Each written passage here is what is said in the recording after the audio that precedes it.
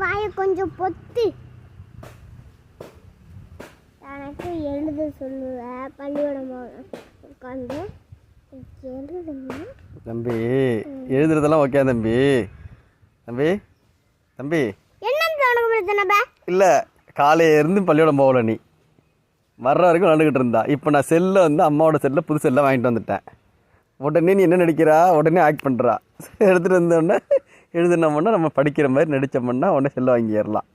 அதானே?